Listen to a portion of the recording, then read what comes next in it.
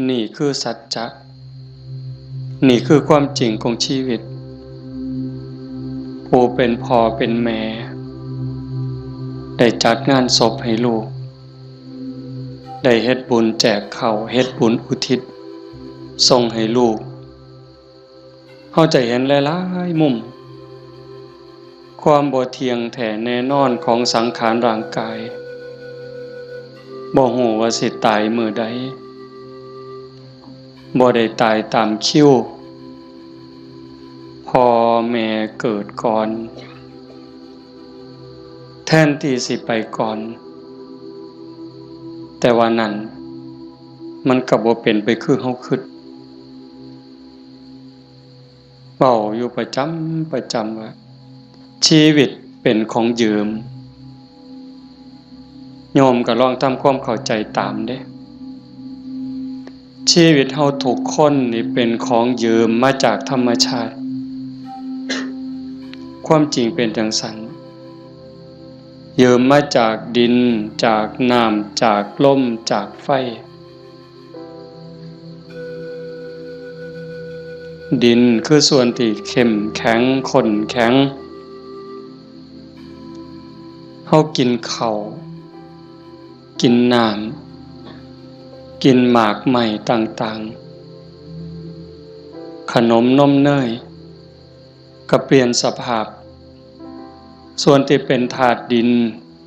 ก็กลายไปเป็นผมขนเล็บฟันหนังเนื้อเอ็นกระดูกตับไตไส้พุงน้ำที่เขากลืนกินลงไปน้ำสะอาดน้ำสมน้ำหวานอีหยังก็แล้วแต่ผ่านลำคอลงไปปั๊บเขาก็สิเปลี่ยนสภาพไปเป็นน้ำเลือดน้ำเหลืองน้ำน้องน้ำดีน้ำเสลดน้ำลายนี่คือยืมจากธรรมชาติน้ำต่อน้ำลมต่อลมไฟต่อไฟดินต่อดินเมื่อนี้เขาก็สืบต่อจากไว้จากหลอบลมหายใจเข้าหายใจออกนี่คือเอาดินไปต่อดินไฟที่ยังร่างกายให้อบอุ่นเผาอาหารให้ย่อยเฮ็ดร่างกายให้สุดโทรมเขาก็ทำหน้าที่ของเขาจังสิไฟก็สืบต่อกันไปเรื่อยๆลมก็สืบต่อกันไปเรื่อยๆถ้าส่วนใดส่วนหนึ่งเขาหยุดการทำงานชีวิตก็จบเพียงแค่ติดขัดธาตุดินธาตุน้ำธาตุลมธาตุไฟอันใดอันหนึ่งเพียงแต่เขาติดขัดของเล็กน้อยเฮาก็ป่วยเห็นบ่เฮาก็เกิดเจ็บป่วยขึ้นมาทันทีจังซั่นชีวิตเป็นของบ่ยั่งยืนความตายเป็นของยั่งยืนชีวิตเป็นของบ่เที่ยงความตายเป็นของเที่ยงแต่อาตมามาเห็นญาติโยมได้ตั้งอกตั้งใจส่วนหนึ่งก็ดีใจนำคันสิว่าเสียใจก็แม่นอยู่ในส่วนที่ต้องจากกันไปโดยบ่มีมื้อกลับมาแต่ว่าในส่วนดีใจก็คือเห็นพี่เห็นน้องเห็นญาติเห็นโยม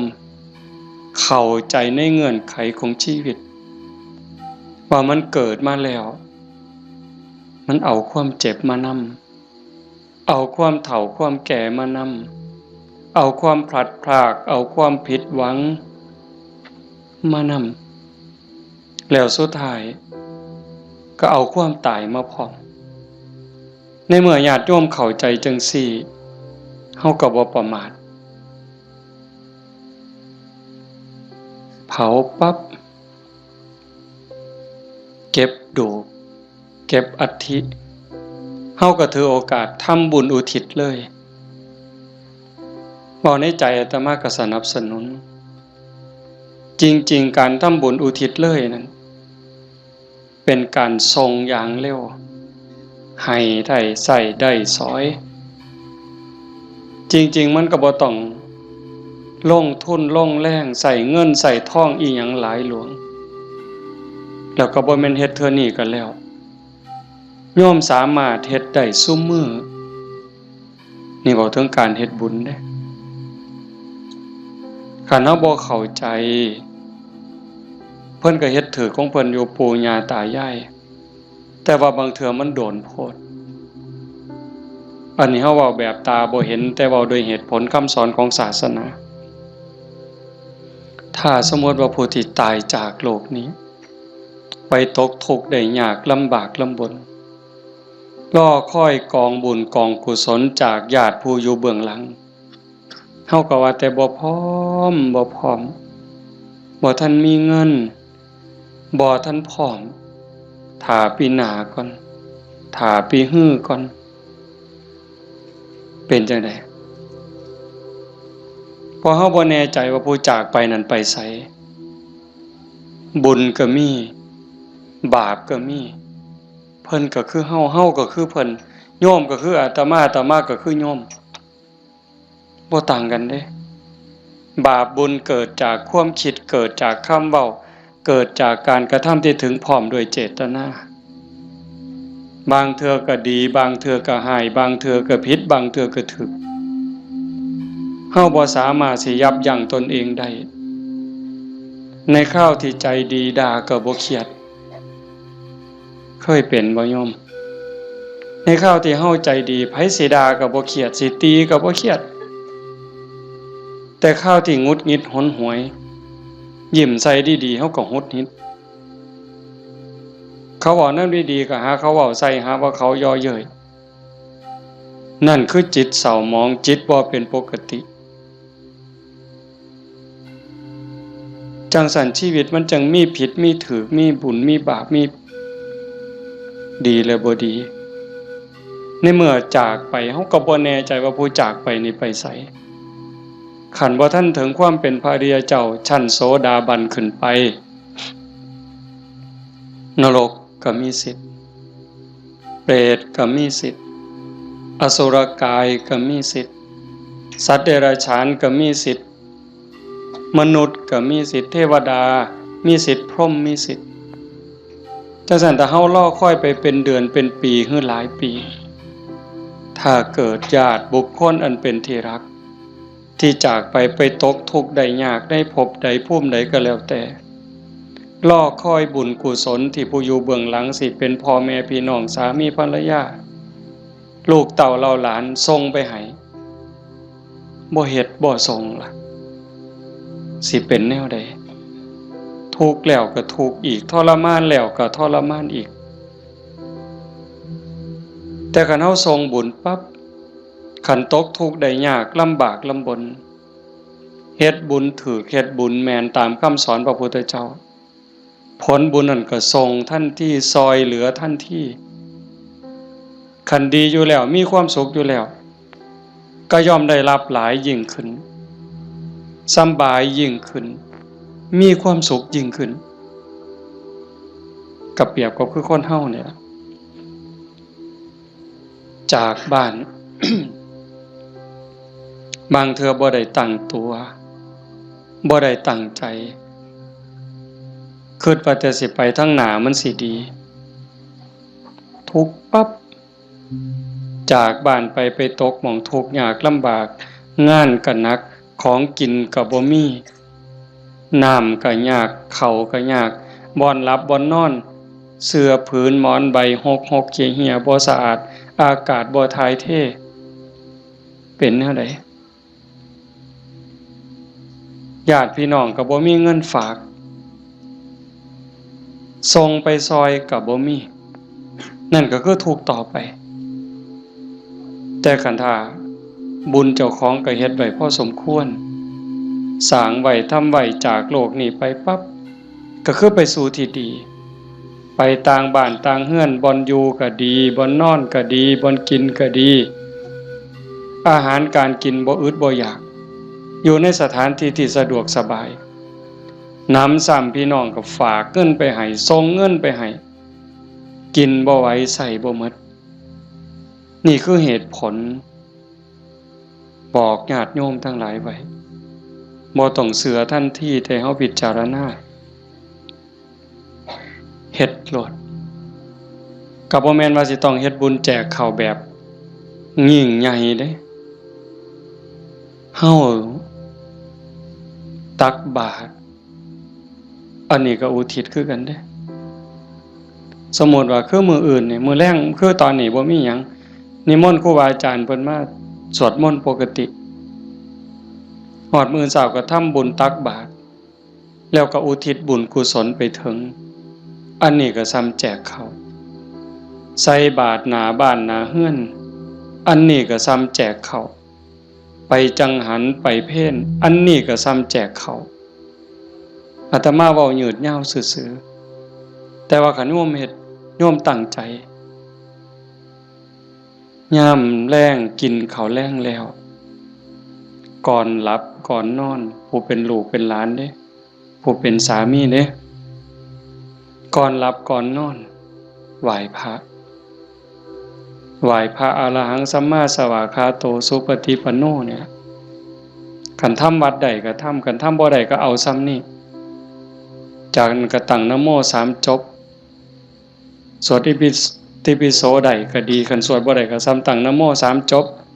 แล้วก็นั่งสมาธิตั้งใจนั่งสมาธิคือเฮาเฮ็ดอยู่ตอนนี้สงบจิตสงบใจ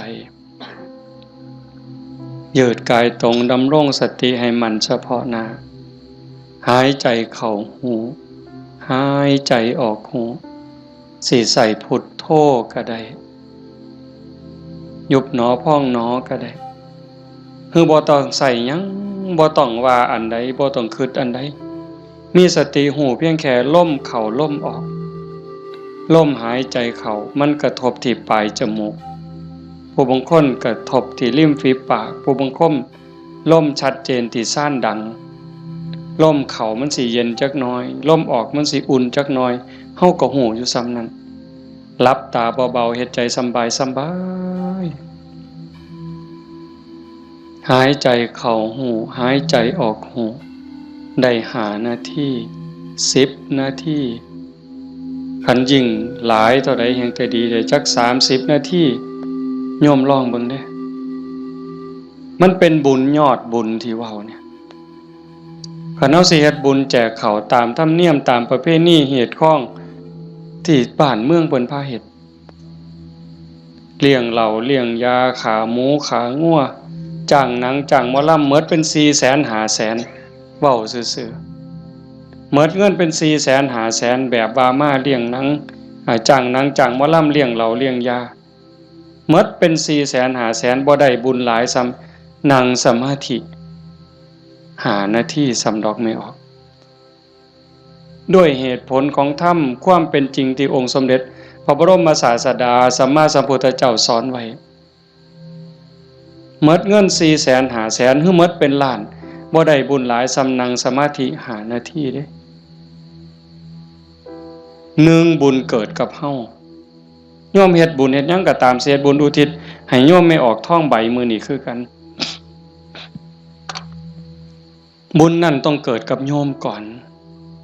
เกิดขึ้นกับจิตกับใจกลายเป็นสมบัติของโยมทุกคนซะก่อนแล้วก็จังอุทิศไปถึงบุญบ่มีโตแต่มันก็มีอานุภาพบาปบ่มีโตแต่ก็มีคุณภาพมีอานุภาพบุญส่งเสริมให้เกิดความสุขเกิดความสะดวกสบายเกิดความเจริญรุ่งเรืองในชาตินี้ในชาติหน้าได้สมหวังดังใจอันนั้นย้อนบุญ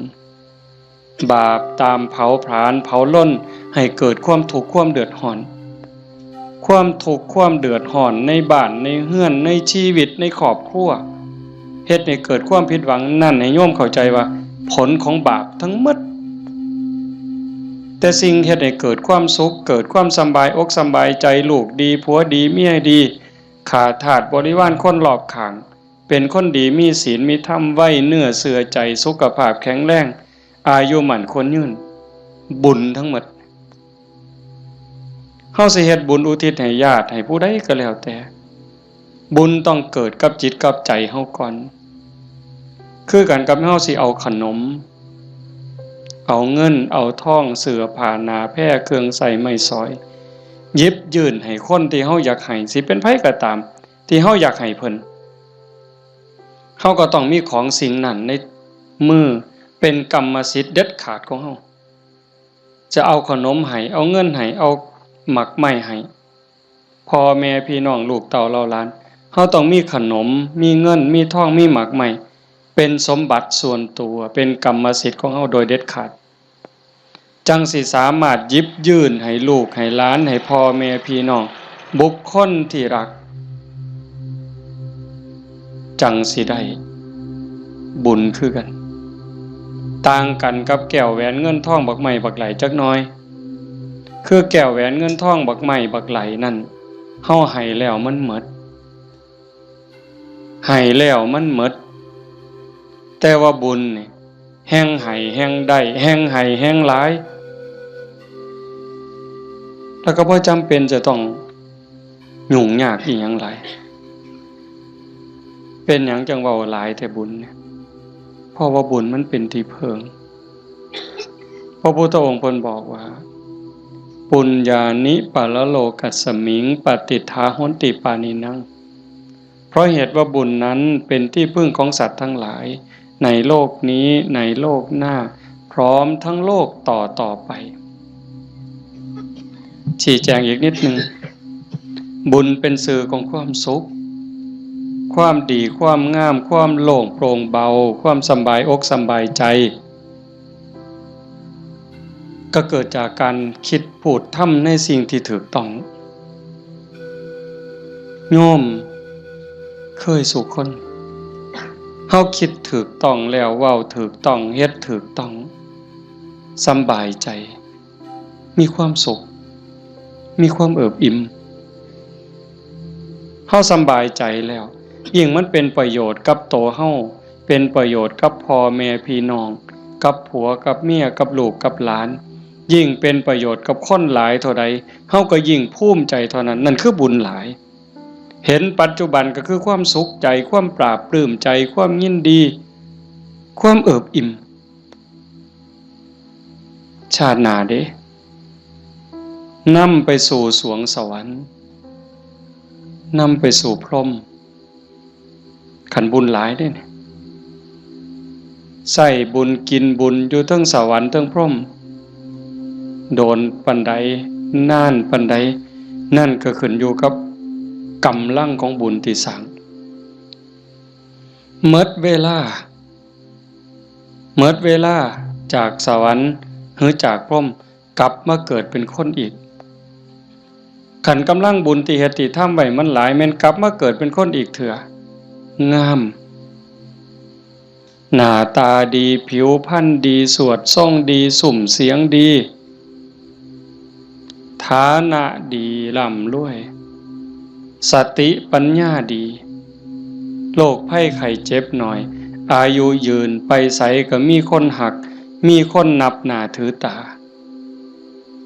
นี่กำลังบุญเด้แต่คันถามมันตรงกันข้ามคิดก็คิดผิดเว้าก็เว้าผิดเฮ็ดหยังก็เฮ็ดผิดเฮ็ดแล้วปั๊บก็เป็นทุกข์ในปัจจุบันโยมก็เห็นอยู่เวลาเฮ็ดผิดเว้าผิดศีลผิดธรรมผิดกฎหมายบ้านเมืองเดือดร้อนตั้งแต่เฮ็ดแล้วตอนเฮ็ดด้วยอำนาจของกิเลสย้อนความโลภย้อนความโกรธโลภอยากได้ของเขาอยากลักของเขาอยากจี้ของเขาอยากยักยอกอยากคอร์รัปชันโกงกินเป็นจังได๋พอแต่เฮ็ดลงไปแล้วทุกข์เว้าด้วยความโกรธเว้าด้วยความอิจฉาริษยากระแทกแดกดันใส่ฮอดพ่อฮอดแม่บางเทื่อฮอดพระสงฆ์องค์ข้าเจ้าเว้าพื้นนินทาเว้าแล้วสะใจในขณะที่เว้าสะใจหลายเว้าแล้วคิดว่าโอ้ยมันสิบ่บาปบ่คิดทีหลังเป็นทุกข์บัดใหม่เจ้าของเผาเจ้าของเห็นบ่ในปัจจุบันก็เป็นทุกข์จังซี่เดือดร้อนจังซี่คันมันกว้างไปเท่าใดคนฮู้เท่าใดเขาก็เกิดความรังเกียจเกิดความบ่ไว้ใจเกิดความบ่นับถือ ไปไสก็บ่ได้รับการต้อนรับเพียงแค่เว้าบ่จริงเว้าบ่แม่นเท่านั้นขี้ตัวเป็นคนบ่ซื่อบ่สัตย์เขาก็บ่ไว้วางใจซ้ำนี้ก็เดือดร้อนแล้วเด้ปัจจุบันเนี่ยคันจากโลกนี้ล่ะตายลงไปล่ะพูนลงนรกพุ่นเปรตพุ่นอสุรกายพุ่นสัตว์เดรัจฉานพุ่นใส่บาปใส่กรรมเมิดแล้วมาเกิดเป็นคนมันต้องมาเด้มาแน่นอนเด้มาเกิดเป็นคนเศษบาปตามมาขี้ร้ายหนักที่สุดพิการแต่เกิดแขนหลีบขาหลีบหูหนวกตาบอดแล้วแต่สิเป็นลังเทื่อก็สมบูรณ์อยู่แข้งขามือตีนสมบูรณ์คือเพิ่นแต่ว่าขี้ร้ายรูปร่างบ่งามบ่มีผู้ใดเฮ็ดให้ได้นี่พระเจ้าบ่เกี่ยวพระพรหมบ่เกี่ยวเทวบุตรเทวดาทั้งใดบ่เกี่ยวกรรมล้วนๆเพิ่นจังว่าสัตว์โลกเป็นไปตามกรรมกัมมุนาวัตติโลโกนี่ขี้ร้ายพร้อมโง่พร้อมปึกพร้อมโรคภัยไข้เจ็บหลายโซ่ออดแอดเป็นจังได๋บัดมันบ่แม่นขี้ร้ายแต่เจ้าของเด้คันกรรมมันหลายๆบาปมันหลายๆเนี่ยเจ้าของทุกข์เจ้าของโง่เจ้าของขี้ร้ายแล้วได้ผัวก็ขี้ร้ายได้เมียก็ขี้ร้ายตื่มไปกินได้ลูกได้เต้ามาก็คือกันขี้ร้ายแล้วบ่พอเด้โง่อีกสอนบ่ฟังอีกแนวดีแนวงามนี่สอนบ่จื้อบ่จำแต่ว่าแนวซั่วๆนี่บ่บอกมันจักเม็ดหาแต่เรื่องให้พ่อแม่เป็นทุกข์โยมเห็นบ่ตำบลบัวฮูงนี่ก็ตามอยู่ไสก็ตามซ่อมเบิ่งได้อย่าเสือเด้นั่นคือบาปเด้บ่ย้านสิเฮ็ดจังได๋บัดนี้ให้ผลตั้งแต่ปัจจุบันจนฮอดตายไปแล้วใส่บาปใส่กรรมแล้วกลับมาเกิดเป็นคนอีกเทื่อมันยังตามมาอยู่บาปเป็นสิ่งที่ต้องละต้องวางต้องย้านได้โยมสิ่งที่น่าย้านที่สุดเฮาสิว่าย้านงูแม่นอยู่ย้านงูย้านปิงอาตมานี่ผู้หนึงย้านหลายย้านปิงย้านงูย้านขี้เกียจย้านกับแกะนักย้านผีผู้ใดบ่ย้านเนี่ยผีหลอกผู้ใดเคยเห็นมันบ่เคยเห็นแต่ว่าก็ย้านหมดซุคนอันนี้ก็แนวหนึ่งเด้ย้านผีย้านตายย้านทุกข์แต่ว่าย้านบาปบ่ย้านเว้ยผีมันก็บ่เคยเห็นอาตมาก็บ่เคยเห็นพ่อใหญ่แม่ใหญ่ผู้70 80ก็บ่ทันเคยเห็นผีแต่ว่าย้านอันบาปนี่เพิ่นบ่ย้านมันพาทุกข์พายากบ่มีอยู่บ่มีกินเฮ็ดให้ลำบากทุกข์อกทุกข์ใจอันนั้นมันบ่พากันย้านหวยคันคิดได้มันถูกย้านบาปพระพุทธเจ้าเพิ่นสอนให้ย้านบาปเพิ่นจังให้ละบาปทั้งปวงเฮ็ดบุญกุศลให้ถึงพร้อมแต่เฮ็ดบุญแล้วมันก็บ่ทันปลอดภัยไปสู่สวรรค์มันยังต้องกลับมาเกิดอีกไปสู่พรหมมันต้องกลับมาเกิดอีกเพิ่นจังให้ชำระจิตชำระใจให้สะอาดบริสุทธิ์สะจิตตะปริโยทปันนังการชำระจิตของตนให้ขาวรอบให้มันสะอาดบริสุทธิ์สิเดินจงกรมก็ได้สินั่งสมาธิก็ได้หรือแม้แต่เฮ็ดให้ใส่หน้าอยู่กลางทงกลางทาคันมีสติระลึกรู้ในอารมณ์ปัจจุบันฮู้ในอารมณ์พระกรรมฐานคันสมมุติว่าเฮาเบิ่งลมหายใจเนี่ยเฮ็ดหน้าอยู่ก็เบิ่งลมได้ย่างน้ำก้นงัวก้นข้วยก็เบิ่งลมหายใจได้เข้าห้องน้ำห้องส้วมก็เบิ่งลมหันใจได้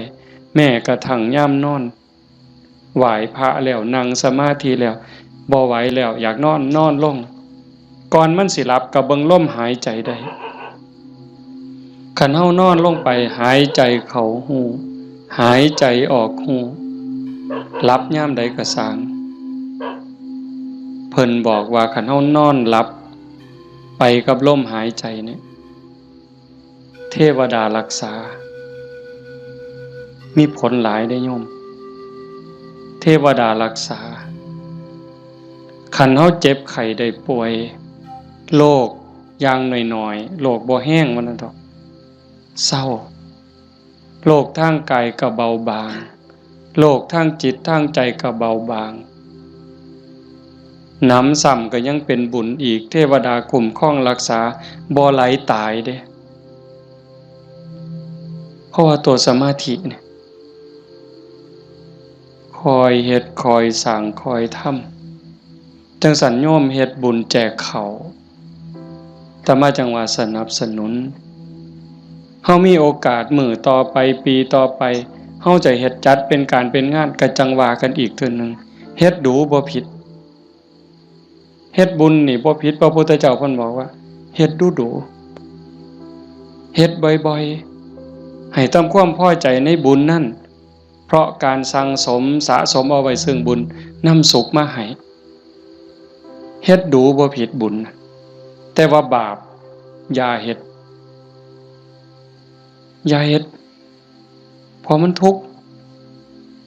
มันเดือดร้อนฉะนั้นเฮาตั้งใจพาพี่พาน้องเฮ็ดบุญเนี่ยเห็นลูกหลานเด็กเล็กเด็กน้อย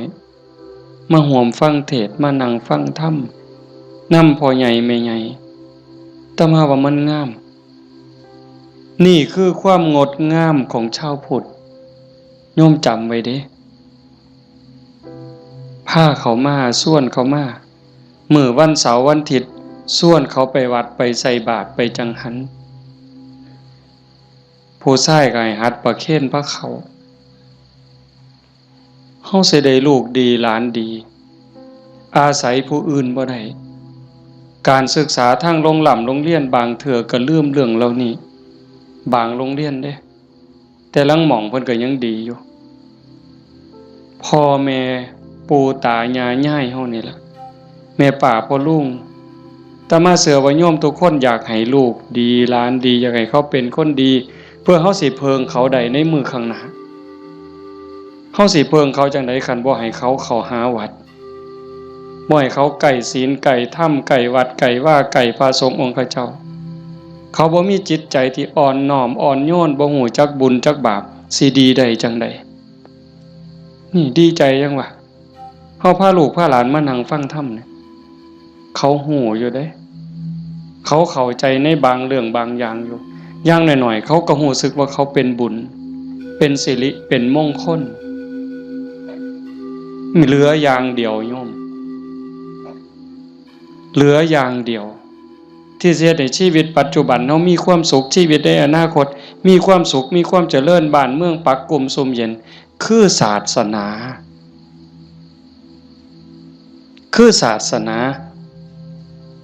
เรื่องกฎหมายนี่โยมเลิกยังเพิงบ่ได้ 100% ยิ่งพวกนักการเมืองสสต่างๆเศร้าเว้านำเลยพวกนั้นเพิงบ่ได้เข้าหาประโยชน์ใส่ตัวเขาต่างหากหักเฮาจริงๆบ่เป็นพี่เป็นน้องเฮาจริงๆบ่บ่มีดอกคันเขาหักเฮาจริงๆนะหักบ้านหักเมืองจริงๆเขาต้องเฮ็ดสวัสดิการให้เฮาได้หลายบ่ต้องเอาของมาแจกดอกบ่ต้องเอาเงินเอาทองเอาข้าวเอาของมาให้เฮาดอกพูน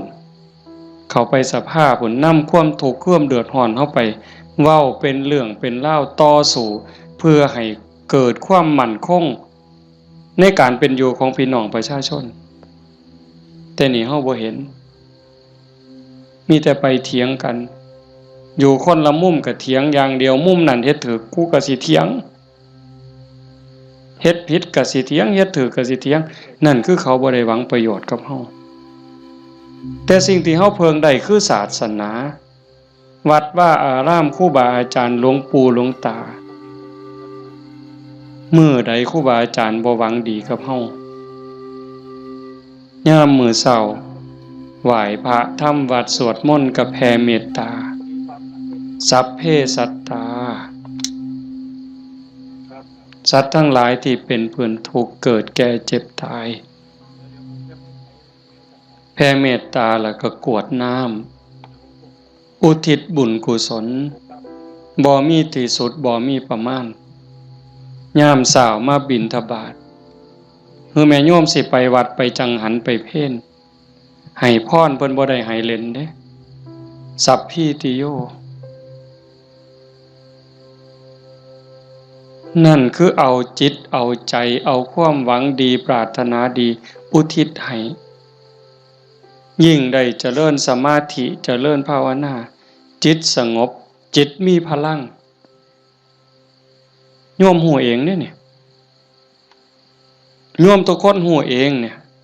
นั่งฟังอาตมาเว้ามานี่มัน30 นาทีแล้วโยมฟังอาตมาเทศน์มา30 นาทีคนที่ตั้งใจนั่งสมาธิฟังแต่แรกสิรู้สึกว่าตอนนี้กายเบากายโยมเบาใจโยมเบาใจมันสงบใจมันมีกำลังใจโยมเริ่มมีความสุขลึกๆเนี่ย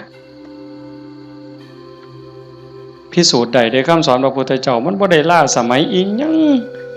ท่านสมัยล้ำสมัยไปอีกล้านปีพุ่นโยมเป็นพยานเด้อาตมาบ่ได้เว้าเอาเองเด้ทุกคนที่นั่งสมาธิฟังธรรมน้อมจิตน้อมใจลงสู่กระแสธรรมนี่ตอนนี้กายเริ่มเบาจิตเริ่มเบาความเอิบอิ่มรู้สึกปลื้มใจในตนเองมันเกิดนี่คือบุญเนี่ยแต่มาจังหวะแต่ตอนแรกอย่าว่าแต่500,000ต่อให้100 ล้านเฮ็ดบุญตามเขาว่าเนี่ยบ่มีเหล้าบ่มีบุญบ่มีเหล้าบ่เป็นบุญบ่ขาหมูขางัวบ่เป็นบุญบ่มีหนังบ่มีหมอลำบ่เป็นบุญพวกหมู่นั้นต่อให้100 ล้านสภาพที่จิตใจเป็นสุขสงบร่มเย็นมั่นใจมันย่อมมั่นใจเด้แต่กันเฮ็ดแบบนั้นเฮาสิมีอารมณ์เย็นแบบนี้บ่สิมีความรู้สึกอบอุ่นใจปราบปลื้มใจยินดีใจมั่นใจว่าญาติตายไปแล้วสิได้บุญบ่มีดอกนั่นเว้าซื่อๆเชื่อซื่อๆมีความเชื่อแล้วก็ถูเอาสีขางเขาถูเพิ่นว่าหุ่นรู้ว่าไปซื่อๆเฮาก็ลองหลับตาเบิ่งศีลข้อที่1มีบุญต้องมีศีลมีกินต้องมีทานคำโบราณเพิ่นว่าข้อที่1ปานาติปาตาเวรมณีเจตนางดเว้นจากการทำสัตว์ที่มีชีวิตให้ตกล่วงผู้ใดก็ฮักชีวิตคือกันกับเฮาหมดมันก็บ่อยากตายนอนมันก็บ่อยากตายเม่งใหม่มันก็บ่อยากตายเพราะว่าแต่อยากตายได้แม้แต่เจ็บมันก็บ่อยากเจ็บเฮาเนี่ยบ่หาแต่เขามาถิ่มมาแทงโดยมีดโดยหอกเด้ตั้งแต่หมอฉีดยาเฮาเจ็บเฮาป่วยสิฉีดยาให้เฮาหายเจ็บหายป่วยบางเทื่อเฮาก็ย้านเจ็บภาษาเข็มฉีดยาซำนั้นแล้วเขาบ่ได้ฉีดให้ตายบ่ได้ฉีดให้ทุกข์ทรมานอีหยังฉีดยาเพื่อรักษาโรคเจ็บไข้ได้ป่วยเพื่อให้เฮาได้แข็งแรงเฮายังย้านนี่แค่เจ็บเด้เนี่ยสินับภาษาหยังบัดนี้เอาค้อนทุบหัวเขาเอามีดปาดคอเขาเอาใจเขามาใส่ใจเฮาทบทวนจังซี่เฮาก็เห็นบ่ล่ะข้อที่1ขาแล้วมันสิได้บุญมาแต่ไสบาปแล้วครับเลี้ยงเหล้าเลี้ยงยาข้อที่5ขาดไปอีกคันยิ่งมีหนังมีหมอลำมาอีหยังสิตามมาศีลข้อ3หลายๆคนอาจสิขาดย้อนงานบุญเฮางานบุญเฮาคือเอาเองเนี่ยมาเบิ่งหนังเฮาผู้บ่าวผู้สาวอาจสิเสียเนื้อเสียตัวย้อนเบิ่งหนังโป๊ย้อนเบิ่งหมอลำสิ่งมันเว้าลามกแม่นบ่แม่นไม่ออกบ่ออกทบทวนเอาเองอดีตหมู่เจ้าทบทวนเอาเบิ่ง หนังขาหนังแกงกินเหล้าเมายาแล้วตีกันตื้มบัดนี้เมาเหล้าแล้วเว้าเขาป่าเขาดงโกหกพกล่มใส่ลายป้ายสีศีลก็สีเสียอีก1แล้ว3 4 5เสียข้อที่2มาเบิ่งหนังเฮามาเบิ่งหมอลำเฮากลับไปลักไก่นำทางไปต้มอีกต่างหากหมดอ้อยซอยเลยเฮาเป็นต้นเหตุของบาปเลยบัดนี้แต่กันเฮ็ดแนวนี้อันพวกมานั่งฟังเทศนี่เอาตั้งแต่เด็กน้อยจนฮอดผู้เฒ่านี่ผู้ใดคือสิไปขากบเนี่ยลบไปนี่ผู้ใดสิไปขากุ้งเนี่ยแล้วบ่มีคือสิโอ้ยลบมื้อนี้ลักบักนาวนำทางดอกเว้ยมีบ่แล้วสิไปผิดผัวผิดเมียเขาดอกคิดก็บ่กล้าเฮาเชื่อมั่นเราได้บาปมีบุญมีชาติหน้าชาติก่อนมีนรกสวรรค์มีเฮ็ดดีดีจริงเฮ็ดชั่วจริงผู้ใดเฮ็ดอันใดได้อันนั้นหว่านพืชเช่นไรได้ผลเช่นนั้นเห็นบ่สิไปผิดผัวผิดเมียไผมันสิไปกล้าซั่นบ่สิไปเว้าตัวคนสิไปยู่ให้คนผิดกันสิไปเว้าปากพ่อยๆมาสิกล้าบาปมันอยู่นำเจ้าของเนี่ยเฮ็ดบาปก็ได้บาปเฮ็ดบุญก็ได้บุญมันอยู่นำเจ้าของนี่สิไปดื่มเสพเครื่องดองของเมาเฮ็ดให้เจ้าของเสียสุขภาพกายเสียสุขภาพจิตเสียเงินเสียทองเฮ็ดให้ขาดความเคารพนับถือเฮ็ดให้เด็กน้อยมันดูหมิ่นดูแค้นเฮาบ่แม่นคนโง่ปานนั้นเห็นบ่เฮาเห็นสภาพบุญเด่นๆอยู่จังซี่ไม่เป็นตาภูมิใจอะโยมคันสิเว้าเนาะคันบุญโยมบ่หลายเนี่ยโยมบ่ได้เกิดเป็นคนบ่ได้เป็นมนุษย์คันบุญบ่หลายพ่อบ่ได้เกิดเป็นคนไทยดอกโยม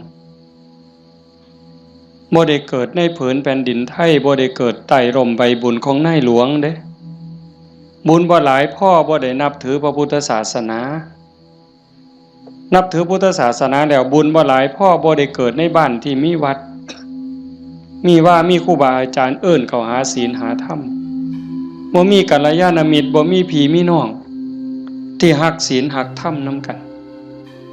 บ้านโน่นตุนเฮาก็สิบ่ใหญ่ปานใดจักหลังคา85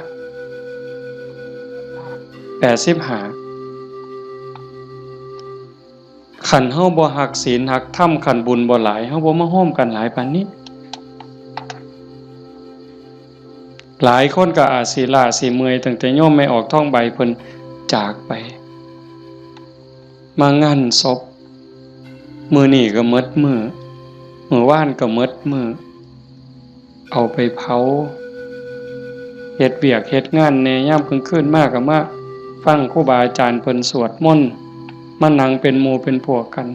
ยามกลางเว้นก็ไปเฮ็ดเวียกเฮ็ดงานมื้อนี้มาร่วมกันได้ปานนี้ห่อขนมข้าวต้มถามว่ามันล้าบ่เมื่อยบ่เมื่อยเด้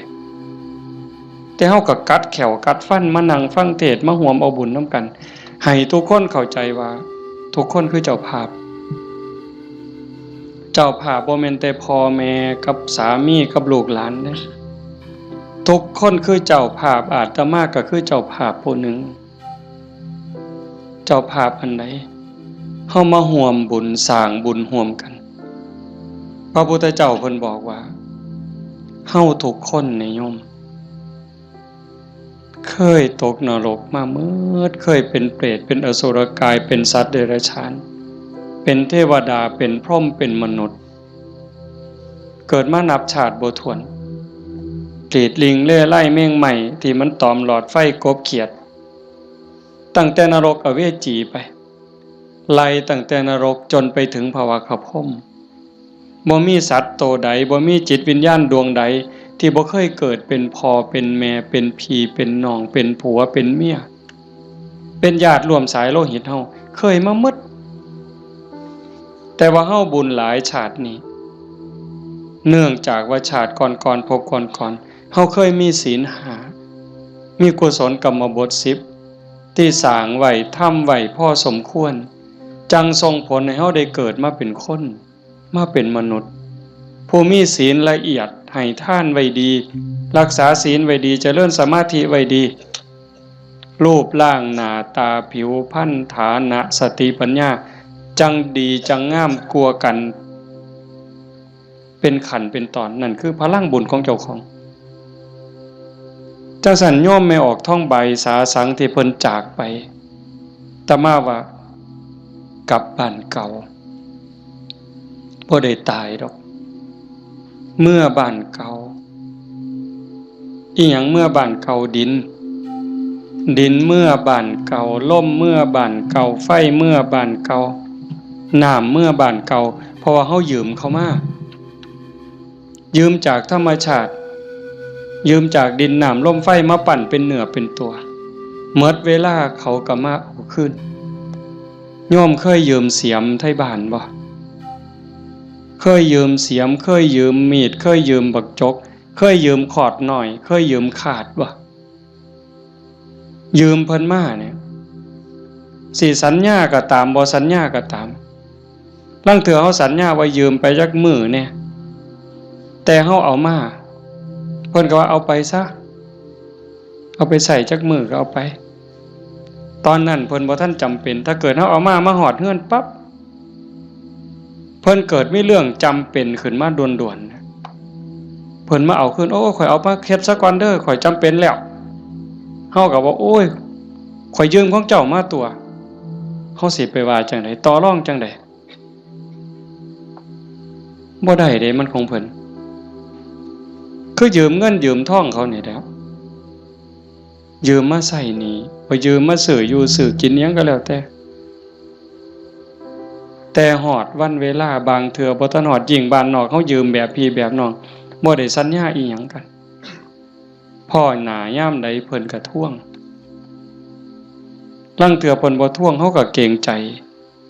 อันนี้ก็ยังพอเว้ากันได้แต่กับพญามัจจุราชต่อรองแนวใดพญามัจจุราชบ่เห็นแก่เงินค่ำแม่นสิมีเงินกือไทยเอาบ่มีได้บ่สนไต่โตบ่สนผู้ใดมีอำนาจนายพลนายพันเจ้าใหญ่นายโตพระสงฆ์องค์เขาเจ้าคุณสมเด็จบ่งึดบ่สนใจซ้ำบ่เกรงใจอีกซ้ำขันบาปหลายก็โยนนรกโลดขันบุญหลายก็ไปตามทางจังสั่นเฮามีบุญได้เกิดมาพ้อพระพุทธศาสนามีกัลยาณมิตรมีพี่มีน้องที่หวังดีต่อกันเฮาก็ตั้งใจเฮ็ดบุญให้เจ้าของเฮ็ดบุญในมื้อนี้เทิงทานเทิงศีลเทิงภาวนาฟังเทศน์ฟังธรรมอ่อนน้อมถ่อมตนขนขวายในกิตติชอบเนี่ยก็ขอให้เฮาตั้งใจว่าเฮาเฮ็ดให้เจ้าของเบื้องต้นโยมทุกคนก็เฮ็ดให้เจ้าของเด้ไหว้พระโอ้คันเว้าถึงบุญนะโยมตั้งแต่ไหว้พระเนาะคันเฮ็ดด้วยความเข้าใจเด้คันเฮ็ดด้วยความเข้าใจเพียงแค่เฮาไหว้พระอรหังสัมมาสัมพุทโธภควาเข้าใจในความหมายว่าพระพุทธเจ้าเป็นพระอรหันต์ดับเพลิงทุกข์เพลิงกิเลสตรัสรู้ชอบได้ด้วยพระองค์เองเข้าใจว่าพระพุทธเจ้าคือไผเนี่ยแล้วก็กราบลงไปบุญมหาศาลหลายกว่าสร้างโบสถ์เป็นหลังบุญไม่ออกไม่เว้าไปปื้ออีกเด้คันสร้างโบสถ์บ่เข้าใจเฮ็ดโบสถ์แข่งกันถือกระสอบไปหาเหลี่ยไล่ได้เงินมากก็ขายน้ำทางในกินเหล่าเนี่ยเพราะเป็นประโยชน์สู่เฮาเฮ็ดจังซี่บ่ได้สัมอรหังสัมมาสวากขาโตภควตาธัมโมพระธรรมเป็นสิ่งที่พระผู้มีพระภาคเจ้าตรัสไว้ดีแล้วถูกต้องแล้วงดงามแล้วเป็นไปเพื่อดับทุกข์ในคำสอนพระพุทธเจ้าเข้าใจจังซี่แล้วกราบลงไปงามๆโอ้ยสำนี้ก็พ่อโยมสุปฏิปันโนภควโตสาวกสังโฆพระสงฆ์สาวกของพระผู้มีพระภาคเจ้าปฏิบัติดีแล้วพระสงฆ์คือไผด้วยความเข้าใจของเจ้าบ้านคือนี่โกนหัวนุ่งเหลืองห่มเหลืองเนี่ย อันนี้เป็นสมมุติสงฆ์แต่สงฆ์จริงๆโยมก็เป็นสงฆ์คู่แห่งบุรุษ4คู่นับเรียงตัวบุรุษได้8บุรุษพอออกไม่ออกก็คือพระญาติโยมก็เป็นสงฆ์เป็นพระขันโยมปฏิบัติดีมีศีลมีธรรมมีจิตใจเมตตากรุณาโมทิตาอุเบกขาหวังดีกับทุกคนความโลภความโกรธความหลงความอิจฉาริษยาอาฆาตพยาบาทในใจของญาติโยมหน่อยลงเบาบางลงถึง 20% 25%หมดไป 25% ความโลภความโกรธความหลงอิจฉาริษยาเบาบางไปจากใจเฮา 25% โยมเป็นพระโยมเป็นสงฆ์มีลูกมีผัวมีเมียเฮ็ดให้ใส่หน้าทำมาหากินเป็นปกติแต่โยมกลายเป็นพระอีหลีได้บ่เนี่ยเป็นพระอีหลีพระจริงๆที่พระพุทธเจ้ายอมรับนับว่าเป็นลูกเห็นบ่อาตมาบ่ได้เว้าเอาเองจักเม็ดให้โยมนุ่งเหลืองห่มเหลืองโกนหัวนอนอยู่วัดแต่ขันธกิเลสยังมีบ่ลดไปลังเทื่อก็ขี้ร้ายกว่าชาวบ้านอีกบางหม้องบางมื้อบางวันบางเวลาอาตมาก็ผู้หนึ่งบางมื้อก็ขี้ร้ายกว่าโยมเนี่ยนี่ก็เป็นแค่สมมุติสงฆ์บ่ท่านเป็นที่ยอมรับของพระพุทธเจ้าพระสงฆ์ปฏิบัติดีปฏิบัติซื่อตรงตามคำสอนพระพุทธเจ้าบ่คดบ่ง้อบ่ออกนอกทางปฏิบัติเพื่อออกจากทุกข์มีชีวิตเพื่อกำจัดกิเลสหายใจเข้าก็เพื่อกำจัดความเห็นแก่ตัวหายใจออกก็ทำลายความเห็นแก่ตัวนี่แหละเฮ็ดหยังก็พอดีพองามหวังประโยชน์กับคนอื่นหวังดีกับคนอื่นเมตตาต่อผู้อื่นทำลายความเห็นแก่ตัวให้น้อยลงทำลายแค่ความเห็นแก่ตัวให้มันเบาลงบางลงหน่อยไปนี่คือสงฆ์ปฏิบัติสมควรแก่การต้อนรับแก่การกราบไหว้ทั้งเถื่ออาตมาเนาะเวลาที่รู้สึกว่าเจ้าของบ่ดีโยมกราบซ้ำเอาหอกเอาดาบแทงยิ่งโยมศรัทธาเท่าใดแฮงแต่เป็นตาย้านผู้เฒ่าผู้แก่หัวขาวหัวค่อน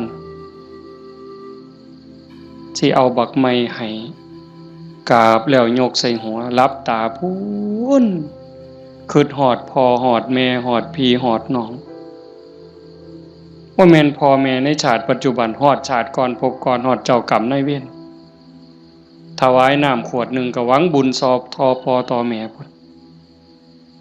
ให้ขนมนมเนยใส่บาตรญาติพกถวายผ้าถวายผ่อนเงินทองแก้วแหวนเขาบ่ให้ย้อนหักเด้ให้ย้อนอยากได้บุญบ่ให้ย้อนหลงแต่ว่าให้ย้อนอยากได้บุญเกิดกับเจ้าของแล้วอุทิศไปให้พ่อแม่โยมันสิบ่คือหอกคือดาบบ่คือน้ำกรดบ่คือน้ำร้อนเทหดเสียจังได๋จังซั่นนะเพียงแค่โยมเข้าใจว่าพระพุทธเจ้าคือใครพระธรรมคือใครพระสงฆ์คือใครโยมเข้าใจจังซี่เพียงแค่อรหังสัมมาสัมพุทธโตสุปฏิปันโนพ่อโยมพ่อเลยบ่ได้จำเป็นเด้ว่าเฮาต้องเฮ็ดใหญ่เฮ็ดโตหมดเงินเป็นแสนเป็นล้านบ่ลองเบิ่งน่ะขันไม่ออกพอออกบ้านโน่นตุ่นเฮาเป็นจังซี่นี่ก็เฮามีศีลมีธรรมในใจเด้อยู่เฮือนก็เฮ็ดจังซี่บ่ต้องรวยดอกโยมบ่ต้องรวยแล้วบ่ได้มีความสุขดอกคันบ่มีศีลบ่มีธรรมนั่นอยู่ซ้ำเฮาอยู่เฮ็ดอยู่เฮ็ดกินพ่อสมมาภาควรบ่เดือดร้อนตนเองบ่เดือดร้อนผู้อื่นก็พอได้อยู่ได้กินแต่ว่าให้จิตใจมีธรรมะเพิงผ้าอาศัยหยิบยื่นแบ่งปัน ซอยเหลือเกื้อกูลคือโยมเป็นกันอยู่เห็นว่าทุกคนคือพี่คือน้องทุกคนคือเพื่อนร่วมทุกข์เกิดแก่เจ็บตายมีความสุขบ่คันอยู่แบบนี้ก็บ่แม่นสิเงียบแบบนี้เลยได้ก็เว้ากันนำจากันนำแต่ว่าให้จิตใจเฮาเป็นจังซี่เข้าใจกันฮักกันคือพี่คือน้องเป็นแนวใดผู้จากไปก็สำบายใจเอาสมมุติว่าคือโยมไม่ออกท้องใบเพิ่นจากเข้าไปเนี่ยก็บ่ไปไสดอกความเป็นจริงอยู่นำเฮานี่ล่ะจริงๆบ่ได้ไปไสเด้เพียงแค่ธาตุดินน้ำลมไฟกลับคืนสู่ธรรมชาติดวงจิตดวงวิญญาณเดินทางไปตามบุญตามบาปของตนเองญาติพี่น้องผู้อยู่เบื้องหลังก็อุทิศบุญกุศลไปให้แต่ว่าด้วยสภาวะความผูกพันความเป็นลูกเพิ่นเป็นลูกของพ่อใหญ่ท้องมาแม่ใหญ่ที่พ่อแม่ก็สิ้นไปแล้วแม่นบ่อ๋อเฮาตั้งใจเฮ็ดบุญอุทิศไปนำเนาะแต่มาเข้าใจผิดเอาก็บ่เป็นหยังพ่อใหญ่ท้องมาแม่ใหญ่ที่คือกันที่เฮาว่าจากไปเพิ่นก็บ่ได้ไปไสเลือดเนื้อเพิ่นอยู่นำเฮาแม่นบ่โยมไม่ออกท้องใบคือกันเพิ่นแบ่งเลือดแบ่งเนื้อมาเป็นโตเฮาเพิ่นก็อยู่นี้อยู่ในโตเฮานี้คำสอนคำสั่งคำบอกอันนี้เด้อลูกอันนี้เด้อหลาอันนี้เด้อคำเอิ้นบักหลาเอิ้นอีนางเอิ้นทองคำอีแม่แม่นบ่เพิ่นเอิ้นจังซั่นเด้บักหลาอีนางทองคำอีแม่เพิ่นว่าอันนี้มันถูกเด้ออันนี้มันดีเด้ออันนี้มันบ่แม่นอันนี้มันบ่ถูกอย่าพากันเฮ็ดมันบาปอย่าเว้าจังซั่นมันบาปคันเว้าจังซี่เว้าจังซี่แม่นแล้วบักหลาอีนางสาธุโอ้ยใจแม่นเจ้าเว้าดีใจแม่นเจ้าเว้าถูกนี่คือคำสอนฮักกันเด้อันนี้เอื้อยเด้อันนี้อ้ายเด้คันน้องเถียงอ้ายอย่าไปเถียงเอื้อยอย่าไปเถียงอ้ายคันอ้ายรังแกน้องเอื้อยรังแกน้องอย่าไปเฮ็ดบ่โหนเป็นน้องบ่เห็นบ่เพิ่นตายอยู่ว่ะเพิ่นไปไสอยู่ว่ะดินดอนตอนหญ้าเฮือนซ่านบ้านซองจากเหงื่อจากแห้งอาบเหงื่อตังน้ำสร้างหลักฐานให้ลูกได้อยู่เป็นของเพิ่นบ่จังว่าคันคิดฮอดพ่อคิดฮอดแม่นั่นก็ฮักพี่ฮักน้องอยากให้พ่อแม่ได้กินข้าวกินน้ำนุ่งเสื้อผ้าหน้าแพรดีๆงามๆคันแม่นพ่อแม่บ่อยู่นำเป็นเนื้อเป็นตัวแล้วก็เฮ็ดกับพี่กับน้องนั่นล่ะอยากเว้ากับพ่อแม่ม่วนๆก็เว้ากับพี่กับน้องนี่ล่ะเว้ากับป้ากับลุง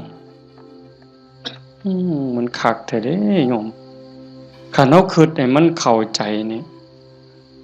พ่อแม่บ่ไปไสปู่ย่าตายายบ่ไปไสแล้วทุกคนก็คือพี่คือน้องเข้าใจให้มันคัก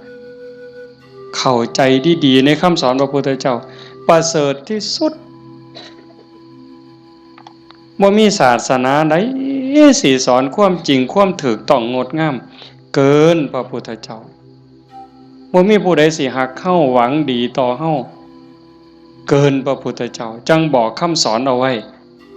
เพิ่นบ่บอกให้เฮาไปทำพิธีอันนั้นอันนี้ดอกอันนั้นบ่แม่นพิธีสะเดาะเคราะห์ต่อชะตาเสริมดวงพระพุทธเจ้าบ่สอนบ่แม่นเว้าดีต่อกันนี่พระพุทธเจ้าสอนคิดถูกต้องพูดถูกต้องทำถูกต้องจากถูกต้องก็จังไปสู่ดีงามอย่าว่าดีเด้อย่าว่าดีก่อนดียังบ่ทันถูกต้องเด้คันคนเขามักกินเหล้าเฮาซื้อเหล้าสู้กินเขาว่าดีเด้แม่นบ่ล่ะคันพวกผู้ชายมักเล่นมักเที่ยวมีหมู่พาไปเที่ยวซ่องเขาว่าบักนี่ดีเด้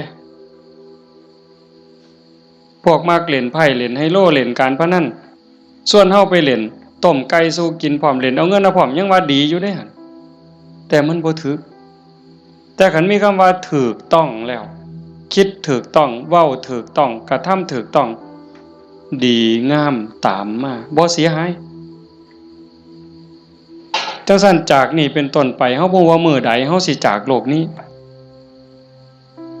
บ่มีผู้ใดฮู้จักคนว่าเฮามีเวลาอยู่ในโลกนี้อีกจักมื้อจักปีจักเดือนจักวันจักเวลาจักชั่วโมงจักนาทีบ่ฮู้จักคน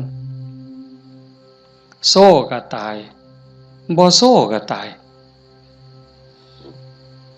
เด็กน้อยก็ตายหนุ่มสาวก็ตายผู้เฒ่าผู้แก่ก็ตายเฮ็ดจังได๋สิไปว่าถามื้อนั้นก่อนถามื้อนี้ก่อนโอ้ยมันต่อรองได้ซะบ่มื้อนี้เฮายังมีสติมีปัญญาบ่เจ็บบ่ไข้โยมเอ้ยเฮาบ่ได้เจ็บบ่ได้ไข้บ่โรคบ่ได้ป่วยเฮ็ดหยังได้ให้เฮ็ดยิ่งกับพ่อกับแม่นี่เด้อฟ้าวเฮ็ดคันพ่อแม่เพิ่นยังมีชีวิตโอ้ผู้นั้นบุญหลายเด้อผู้พ่อแม่ยังมีชีวิตอยู่นี่ผู้นั้นมันบุญหลายเกินบุญโยมเป็นหยังพ่อแม่เพิ่นทุ่มเทให้เฮาหมดชีวิตเป็นครูคนแรกเป็นเทวดาของบุตรเป็นพรหมของบุตรเป็นพระอรหันต์ของบุตรทุกสิ่งทุกอย่างที่พ่อแม่เพิ่นมีเพิ่นให้เฮาหมดเฮาอยากรู้ว่าพ่อแม่นี่ฮักเฮาส่ำใดทุ่มเทเสียสละเพื่อเฮาส่ำใดโยมบ่ต้องไปถามเพิ่นดอกโยมถามเจ้าของ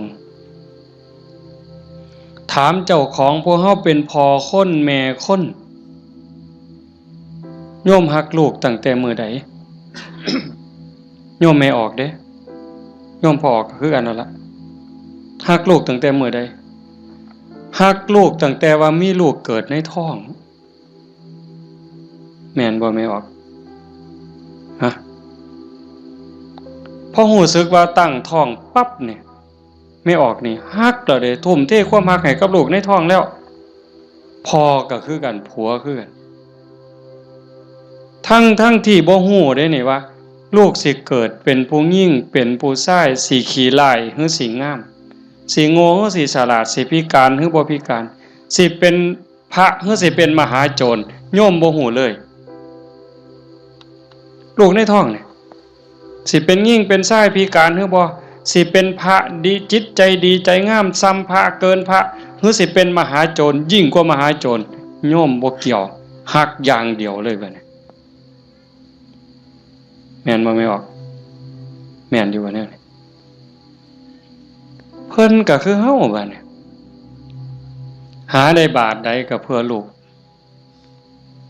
หาได้บักไม้บักไหลผู้ผัวไปป่าไปดงได้บักไม้บักไหล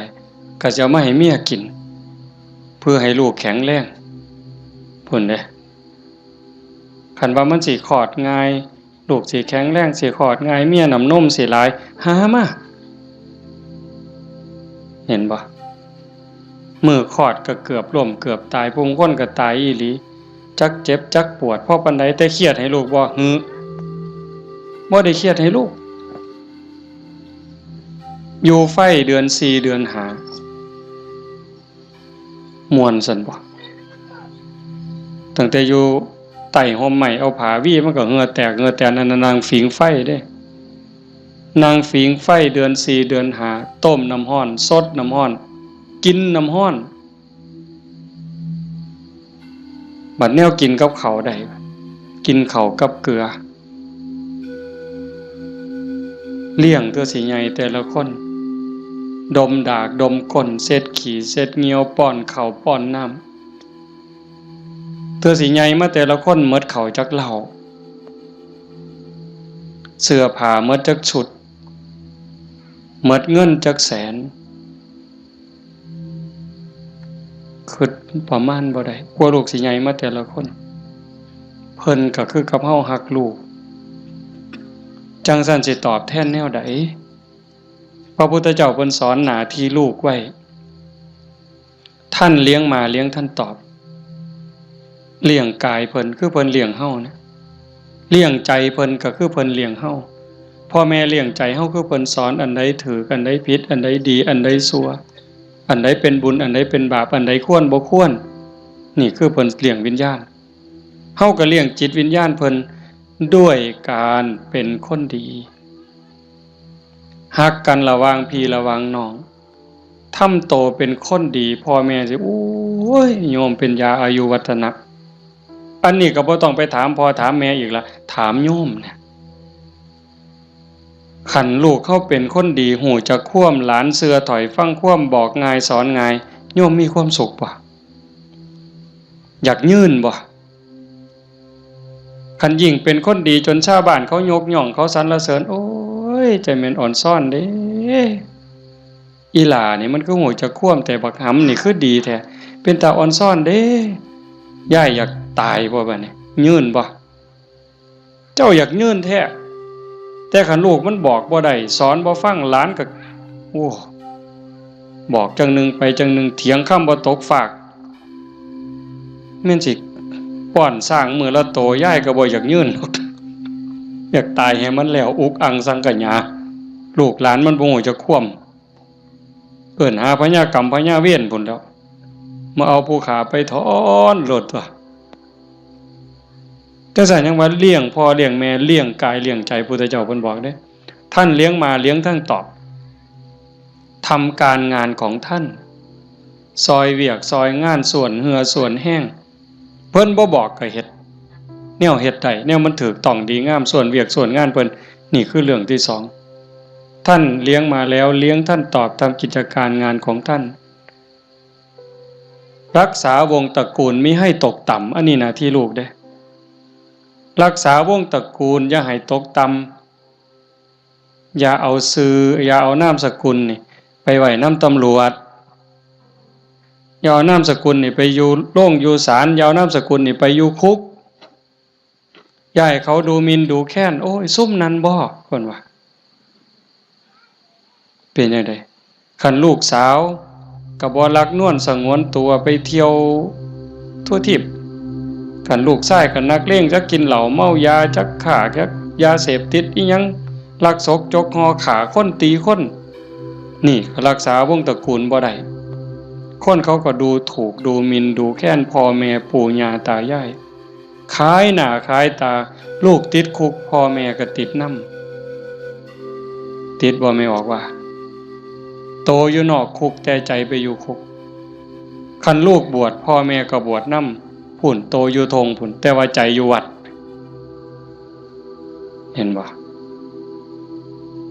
รักษาวงตระกูลมิให้ตกต่ำอย่าให้เขาดูหมิ่นดูแค้นให้เขาดูทุกข์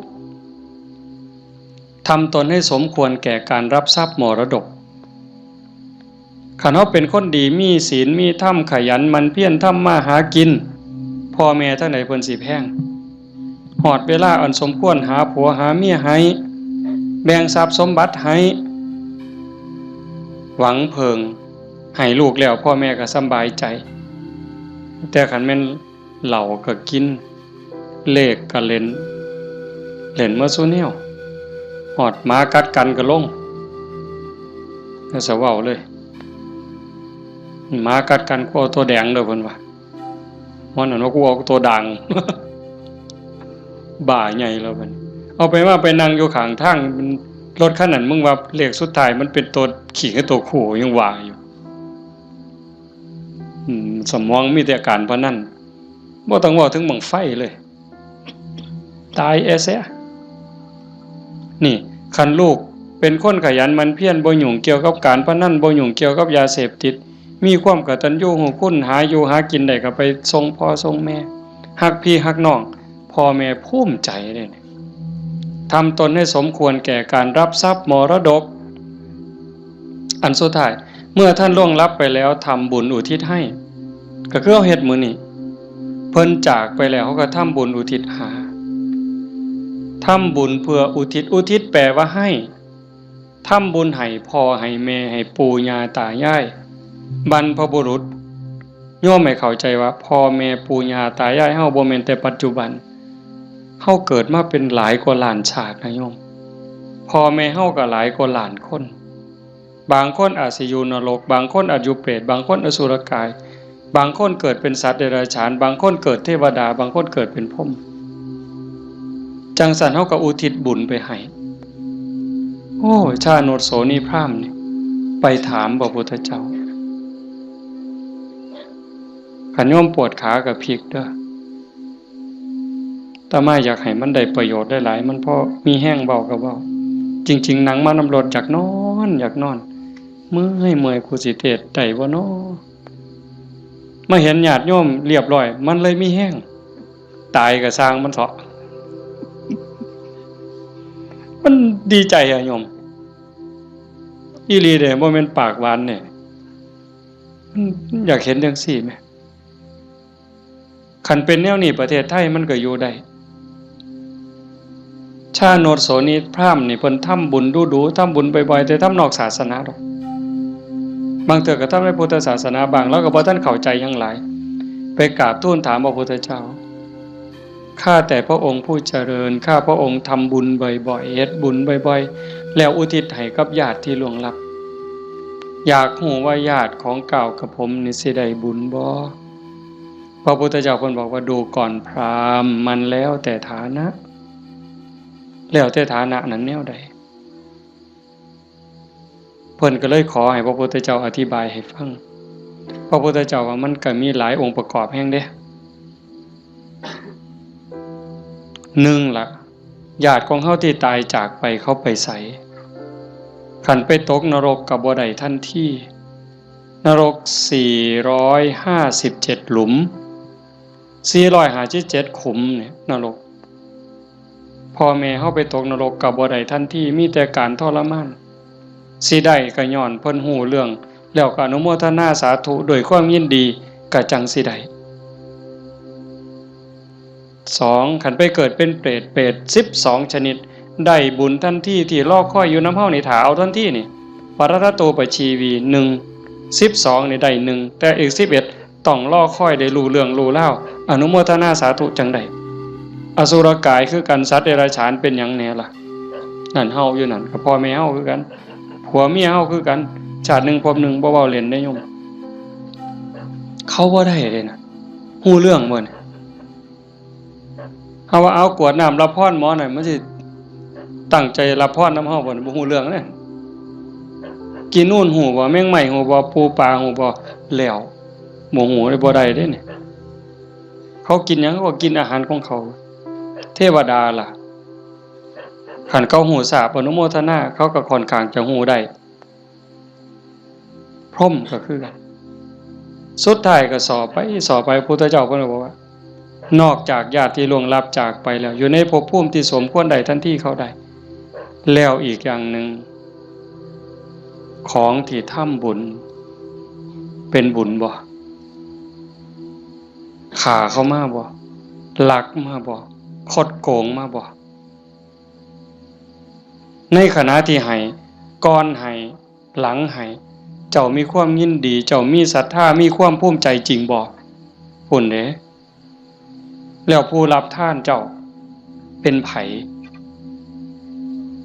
มีศีลบ่มีธรรมบ่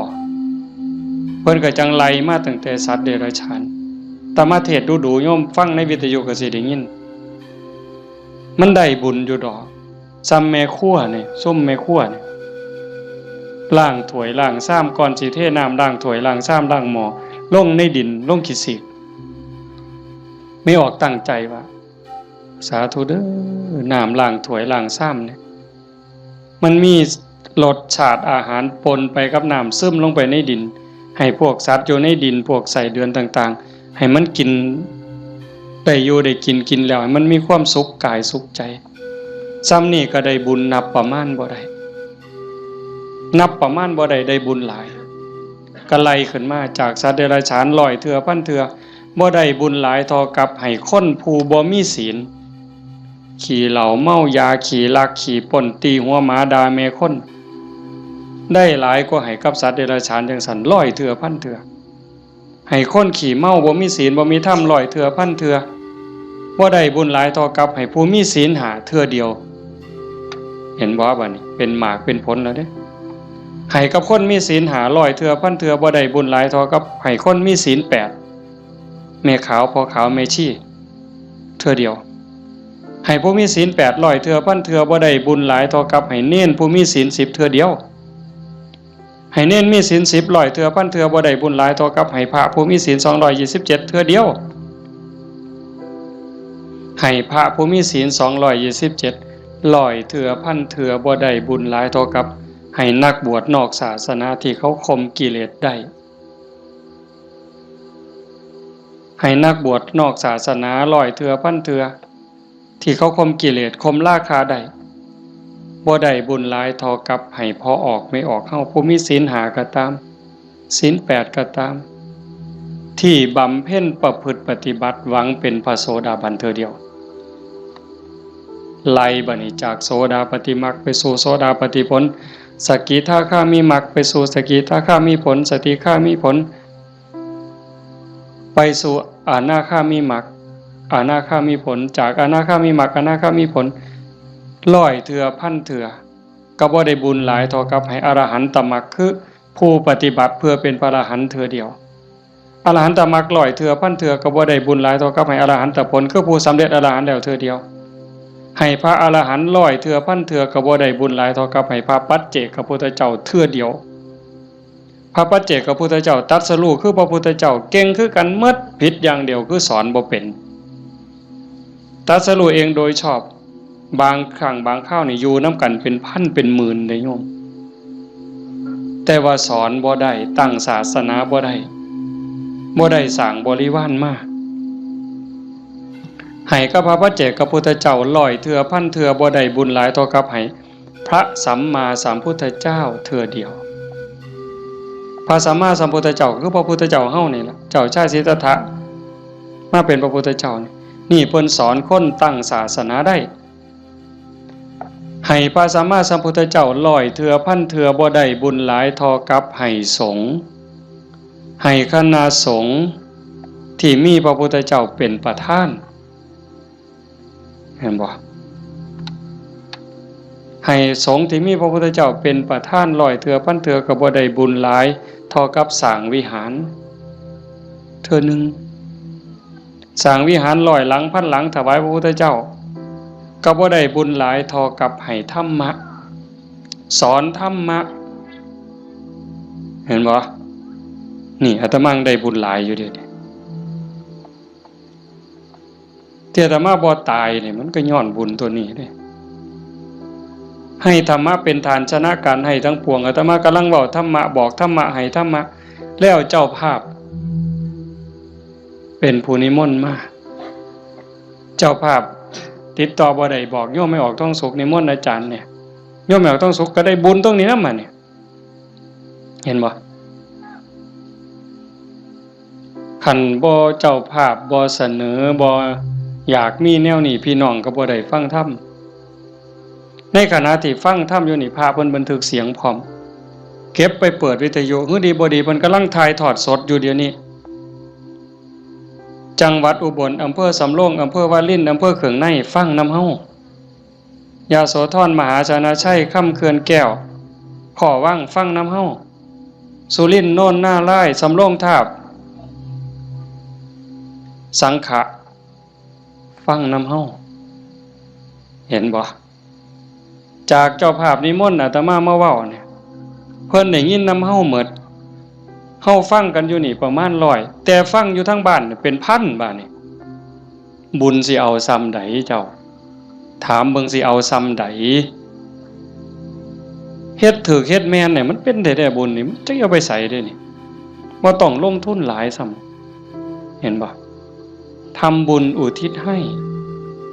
โยมเฮ็ดอุทิศส่งไปหอดไปถึงชาโนโสนิพพานเพิ่นถามจังซี่ล่ะพระพุทธเจ้าอธิบายผู้รับท่านวัตถุท่านใจผู้ให้แล้วผู้จากไปอยู่ไสถามไปถามมาเพิ่นก็สอจอกหลอกแจกแหลกเพิ่นจะเข้าใจเนาะพระพุทธเจ้าว่าได้เฉพาะญาติได้ทันทีคือญาติที่เป็นปรัตถตูปชีวีชาโนโสนิพพานมันก็เลยถามสอเข้าไปว่าข้าแต่พระองค์ผู้เจริญถ้าเกิดว่าญาติของข้าพระองค์ไม่ได้ไปเกิดเป็นปรัตถตูปชีวีบุญนี้จะไปไหนพ ระพุทธเจ้าเพิ่นก็เลยว่าแบบอาตมาว่ามานี่ตั้งแต่สัตว์นรกไปเขาก็รอคอยบุญถ้าเขารับรู้รับทราบอนุโมทนานำเขาก็ได้แล้วก็ให้จงเข้าใจว่าในวัฏฏะสงสารนี้จะไม่ว่างจากญาติของเธอที่เป็นปรัตถตูปชีวีหมายความว่าพ่อแม่พี่น้องลูกเต่าเราหลานสามีภรรยาในอดีตชาติก่อนๆพบก่อนๆผัวเฮาเมียเฮาญาติพี่น้องพ่อแม่เฮาที่ไปเกิดเป็นปรัตถตูปชีวียังมีอยู่เพราะว่าพ่อแม่เฮาบ่แม่นผู้นี้ชาตินี้อย่างเดียวจังซั่นโยมเฮ็ดบุญมื้อนี้ส่งไปฮอดพ่อแม่ในอดีตสามีพี่น้องลูกเต่าเราหลานในอดีตพร้อมแต่มื้อนี้ปารภโยมพ่อใหญ่ทองมาแม่ใหญ่ที่พ่อใหญ่ทองแดงนี่ก็เสียชีวิตไปแล้วคือกันเนาะแล้วก็แม่ใหญ่ทองใบผู้ไว้ชนหมายความว่าลูกหลานเฮ็ดบุญหาเนาะอาตมาเห็นในนี่ก็ว่ามันเป็นเจ้าภาพก็ต้องขออภัย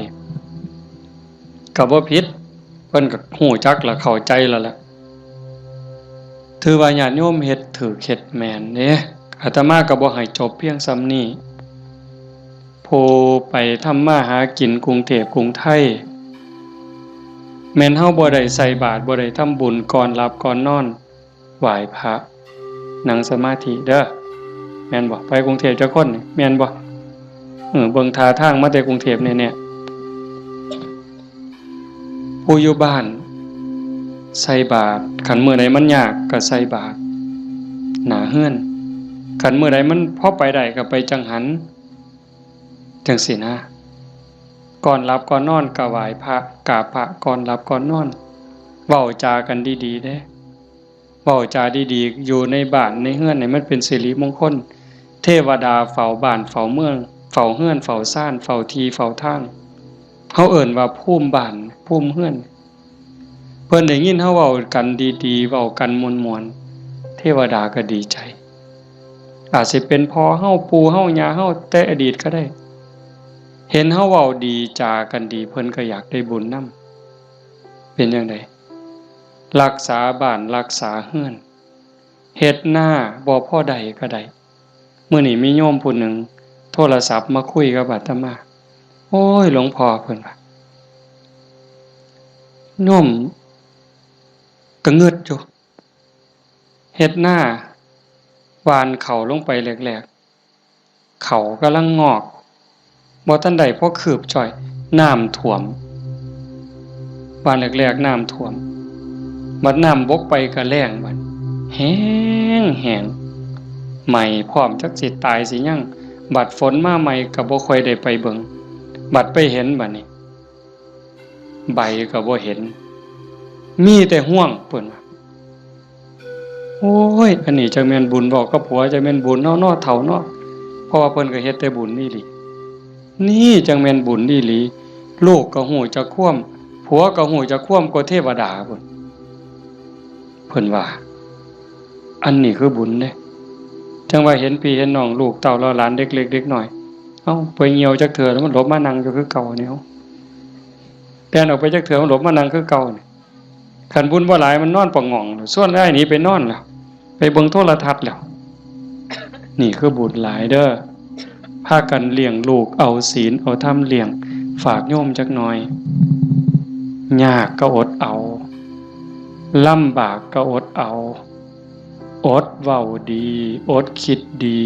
อดทำดีกับพี่กับน้องกับบ้านกับเมืองไปอยู่ไสก็อย่าสร้างปัญหาการเฮาเป็นคนมีศีลมีธรรมอดกั้นจักหน่อยความรักความเมตตาก็เกิดแผ่เมตตาดูๆเด้หวังว่าในใจนี่ตั้งความรู้สึกในใจว่าทุกคนคือพี่คือน้องแล้วก็แม่นอีหลีซ้ำยังเว้าแต่ตอนต้นพระพุทธเจ้าเว้าซ้ำได้ว่าในวัฏฏะสงสารนี้ไม่มีใครเลยที่ไม่เคยเป็นพ่อเป็นแม่เป็นพี่เป็นน้องเป็นญาติร่วมสายโลหิตเป็นสามีภรรยากันมาก่อนทุกคนนั่งอยู่นี่แม่นหมดจังซั่นสิเครียดให้กันเฮ็ดหยังสิสร้างกันเฮ็ดหยังเอารัดเอาเปรียบกันเฮ็ดหยัง อีกบ่โดนก็สิไปไผไปมั่นแล้ว จังสันเวลาอยู่น้ำกันนี่เอาบุญน้ำกันดีละเบาดีน้ำเขาก็ได้บุญแล้วคิดดีต่อเขาก็ได้บุญแล้วเฮ็ดดีทำดีต่อเขาก็ได้บุญแล้วเอาบุญน้ำกันอย่างอาตมาเบามันบ่จบว่างั้นเฮ็ดดีก็พอกับแม่พ่อแม่มีผู้เดียวในปัจจุบันคันเพิ่นตายนี้จากแล้ว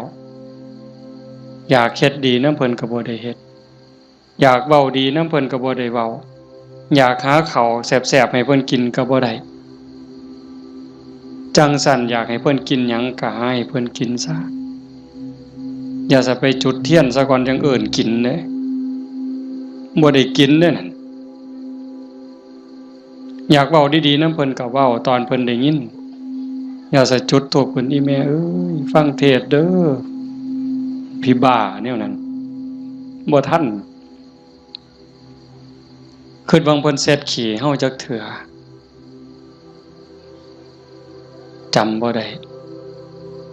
มื้อนี้ถามโยมว่าผู้ใดท่านเซ็ดขี้ให้พ่อให้แม่เนี่ยแล้วเพิ่นอาบน้ำเซ็ดเนื้อเซ็ดตัวให้เฮาจักเถื่อถามโยมว่าเซ็ดให้เพิ่นจักเถื่อแล้วคือกันป้อนข้าวป้อนน้ำเพิ่นป้อนเฮาจักเถื่อเหยียดขาซอยลอยเอาลูกเหยียดขาไปนำแม่ลูกนี่คาแข้งนี่เนาะตีนอยู่กับตีนแม่แต่ว่าหัวหนุนเข่าย่ำเข่าปนกับกล้วยมกใบตองเหย้าจำได้อยู่บ่โยมหางซ่อนต้อยปั๊บใส่ปากต้อย4เทื่อ5เทื่อก็บ่ทันหมดอันน้อยๆนั่นหมดข้าวมกหมดเอามือจุ่มน้ำหยดป๊อกป้อนบ่ทันแล้วขี่พวดใส่ขาเครียดก็บ่เครียดจมก็บ่จมเซ้ยเห็นบ่มื้อนี้มีผู้ใดท่านได้เฮ็ดแน่อาตมาก็บ่ทันได้เฮ็ดคือกันเฮาสิเป็นหนี้บุญคุณเพิ่นส่ำใดจังซั่นเพิ่นจากไปแล้วแนวอยากเห็นแนวอยากฮู้สมมุติว่าจิตวิญญาณเพิ่นล่องลอยฮู้เห็นเฮาอยู่อยากเห็นลูกฮักกันอยากเห็นหลานฮักกันทุกข์ยากก็ช่วยเหลือแบ่งปันคือพี่คือน้องอย่าใส่เฮ็ดคือบางซุ่มเนี่ยบางซุ่มนี่จูงแขนกันขึ้นลงขึ้นศาลจะเป็นเพิ่นเก่งหลายน้องกับอ้ายฟ้องกันบ่แล้วโอ้ยจะเป็นผีพ่อแม่สิเป็นทุกข์หลายจังว่าเฮาบ่เอาแนวนั้นเด้อมื้อนี้สมควรแก่การเวลาใส่เวลามาชั่วโมงเกือบครึ่งอะโยม25นาที26นาทีก็เห็นว่าสมควรแก่การเวลาขออนุโมทนาสาธุทุกคนทุกท่านน้อเจ้าภาพบ่อ่านก็ได้ดอกถือว่าทุกคนคือเจ้าภาพหมดมื้อนี้เฮาตั้งใจอุทิศบุญกุศลที่เกิดที่มีส่งไปถึงดวงจิตวิญญาณของโยมพ่อใหญ่ทองมาแม่ใหญ่ที่บุญชาลีโยมพ่อออกทองแดงโยมแม่ออกทองใบสาสังแล้วก็ปู่ย่าตายายญาติโกโหติกาที่ล่วงลับจากไปแล้วตั้งแต่ชาติใดภพใดเวลาใดก็แล้วแต่มื้อนี้เฮาได้ตั้งใจอุทิศบุญกุศลส่งไปถึงท้ายที่สุดก็ขออาราธนาอ้างอิงอำนาจแห่งคุณพระศรีรัตนตรัยคุณของพระพุทธเจ้าพระธรรมพระสงฆ์และอำนาจแห่งบุญกุศลคุณงามความดีที่มีทั้งหมดทั้งมวลที่ญาติโยมทั้งหลายได้สร้างได้ทำนี้ส่งไปถึงดวงจิตวิญญาณของโยมพ่อใหญ่ทองมาแม่ใหญ่ที่บุญชาลีโยมพ่อใหญ่ทองแดงโยมแม่ใหญ่ทองใบสาสังให้ได้รับหูรับทราบถ้าสามารถรับหูรับทราบได้โดยตนเองก็จงอนุโมทนาสาธุรับเอาหากบ่สามารถจะหูได้ด้วยตนเองก็ขอฝากข่าวบุญข่าวกุศลที่ลูกเต่าเราหลานญาติพี่น้องได้สร้างได้ทำทั้งหมดบ่ว่าสิเป็นการให้ทานการรักษาศีลเจริญภาวนาฟังเทศน์ฟังธรรมอ่อนน้อมถ่อมตนค้นคว้าที่ชอบค้นคว้าในสิ่งที่ชอบอุทิศส่วนบุญอนุโมทนาบุญทำความเห็นในถูกต้องถูกตรงนี้ฝากไปกับเหล่าเทพเทวดาพระนางธรณีภูมิญาณวิถีอันเป็นทิพย์จงนำข่าวบุญข่าวกุศลส่วนนี้ไปแจ้งแก่ดวงจิตวิญญาณ ของโยมพ่อใหญ่ท่องมาแม่ใหญ่ที่บุญชาลีพ่อใหญ่ท่องแดงแม่ออกท่องใบสาสังให้ได้รับหูรับทราบแล้วจงอนุโมทนาสาธุรับเอาหากว่ามีความทุกข์ก็ขอบุญกุศลส่วนนี้ทายถอนให้ได้พ้นไปจากความทุกข์หากว่ามีความสุขดีอยู่แล้วก็ขอบุญกุศลส่วนนี้จงส่งเสริมให้ได้มีความสุขยิ่งขึ้นไปสุดท้ายก็ขอให้บุญกุศลเหล่านั้นจงสะท้อนย้อนกลับมาปกปักรักษาคุ้มครองญาติโยมสุขสุขคนให้เป็นผู้มีสุขภาพกายสุขภาพจิตที่แข็งแรงอายุมั่นขวัญยืนมีความสุขกายสุขใจปรารถนาสิ่งหนึ่งประการใดหากเป็นไปโดยชอบประกอบโดยธรรมก็ขอให้ความหวังความปรารถนานั้นจงสำเร็จทุกๆประการโดยทั่วกันทุกท่านทุกคนเถิดจังไปฟังอย่าหมองมันมีของใหญ่เด้อใหญ่เด้อไปโน่นกุลมเด้อแจ้งให้ทราบปัจจัยที่ญาติโยมถวายในมื้อนี้เด้ออาตมาสิเอาเมื่อวัดส่วนหนึ่งสิไปซื้อขี้ดินได้ยินอยู่เนาะพอในวิทยุเนาะสิซื้อขี้ดินเพื่อให้บุญกับโยมพ่อใหญ่แม่ใหญ่นำนี่ล่ะอีกส่วนหนึ่งอาตมาสิเอาไปทอดกฐินปีนี้อาตมาเป็นเจ้าภาพทอดกฐินไปทอดอำเภอเสรภูมิจังหวัด101มื้อวันที่25มีผู้สิไปนำบ่วันที่25หลังจากทอดที่วัดโน่นกุลมแล้วเดี๋ยวสิบอกทั้งวิทยุดอกขันมีผู้สิไปนำก็บอกบ่ต้องบอกชื่อก็ได้ว่ากลุ่มขาน้อยมีจักคนขันหลายก็สิเมารถบัสแล่นรวยๆเมาก็ถ่าอยู่นี่ละปากทางนี่พากันไปถ่าอยู่หั่นมาจอดปั๊บก็ขึ้นเลยขากลับก็มาจอดหั่นก็แล้วแต่สิมาบัดนี้ บ่มาก็อยู่หั่นล่ะเด้อฟังทางวิทยุพระเอาบุญคักๆหาจากถ่าให้โดนกว่านี้หากะลามันบ่ยืนอาจจะพาเฮ็ดบุญเด้อเอามื้อนี้เอาปัจจัยไปก็เพื่อเฮ็ดบุญอย่างว่านี่ล่ะเอาเป็นจังได๋คิดเขาก็คิดออกบ่ค่าน้ำค่าไฟ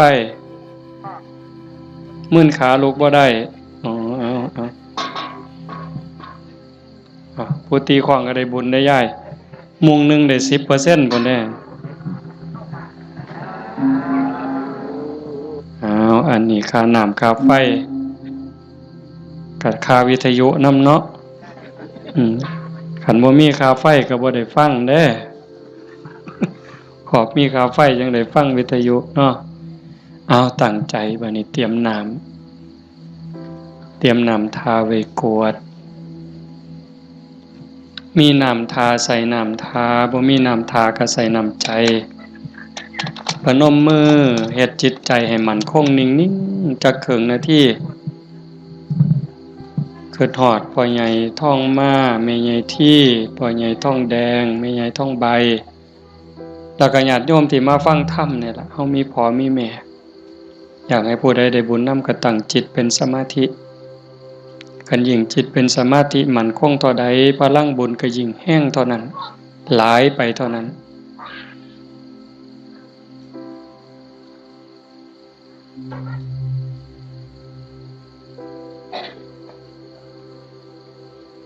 ยะถาวาริวหาปุราปาริปุเรนติสาคารังเอวะเมวะอิโตทินังเปตานังอุปกัปปติอิจิตังปฏิตังตุมหังคิปเมวะสมิจจตุสัพเพปุเรนตุสังกปาจันโทปนรโสยะถามณิโชติรโสยะถาสัพพิติโยวิวัชชันตุสัพพโรโควินัสสตุมาเตภวัตวันตรายโยสุขีทีขายุโกภวะอภิวาทนาสีริสนิจจังวุธาปจายโนจัตตารโอธรรมาวัฏันติอายุวันโนสุขังพลังภวตุสัพพมังคลังรักขันตุสัพพเทวตาสัพพพุทธานุภาเวนะสัพพธัมมานุภาเวนะสัพพสังฆานุภาเวนะสทาโสธีพระวันตุเต